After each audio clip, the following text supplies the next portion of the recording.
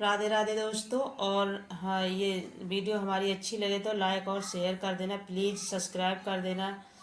और हम आज सुनाने जा रहे हैं छठ मैया की कथा।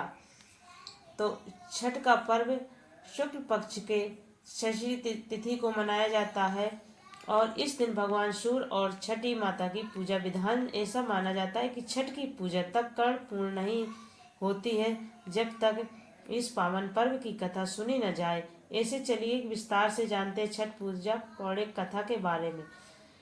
पुराणों के अनुसार राजा प्रियवंद नामक राजा हुआ करते थे जिन्होंने कोई संतान नहीं थी। तब महर्षि कश्यप ने पुत्र प्राप्ति के लिए राजा के कहा यज्ञ का आयोजन किया।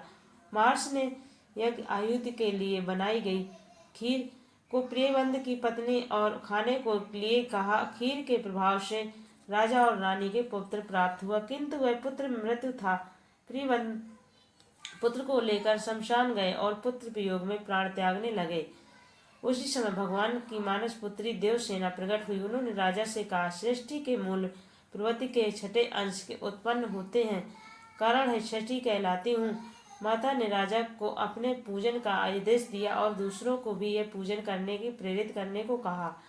राजा ने पुत्र इच्छा से देवी षष्ठी का पूजा व्रत किया और शीघ्र ही पुत्र रत्न की प्राप्त हुई। जिस दिन राजा ने यह व्रत किया था उस दिन कार्तिक शुक्ल षष्ठी तिथि थी। तभी से छठी मैया पूजने प्रारंभ होने लगी। महाभारत काल में कुंती पुत्र की कर्ण की दानवीर माना जाता है। कर्ण सिर्फ माता कुंती के ये नहीं अपितु सूर्यदेव के भी पुत्र थे। सूर्यदेव की कर्ण पर विशेष कृपा थी। कर्ण नियमित रूप से प्रातः काल उठकर सूर्यदेव को अर्घ्य दिया करते थे, तभी ये पर्व रूप से सूर्य अर्घ्य परंपरा आरंभ हुआ। इसके अलावा कुंती और द्रौपदी के व्रत के रखने के उल्लेख मिलता है। ऐसा कहा जाता है कि द्रौपदी छठ पूजा करने के बाद पांडवों को भी पूजा किया कर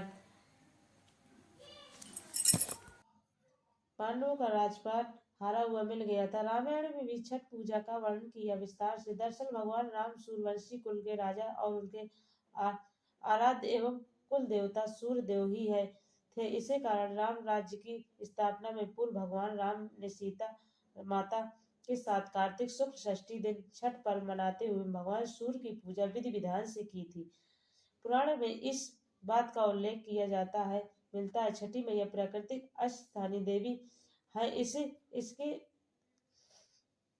इसके व्रत से जो कोई भी जब बच्चे का जन्म छठे दिन का हो जाता है तो छठी पूजा की जाती। इन्हीं माता स्मरण किया जाता है। इनकी कृपा से सिर्फ संतान को इस तरह सुख सुविधा प्राप्त होती बल्कि उसके जीवन में आने वाले कष्टों को दूर होती है। इसे छठी मैया पावन कहते हैं। जो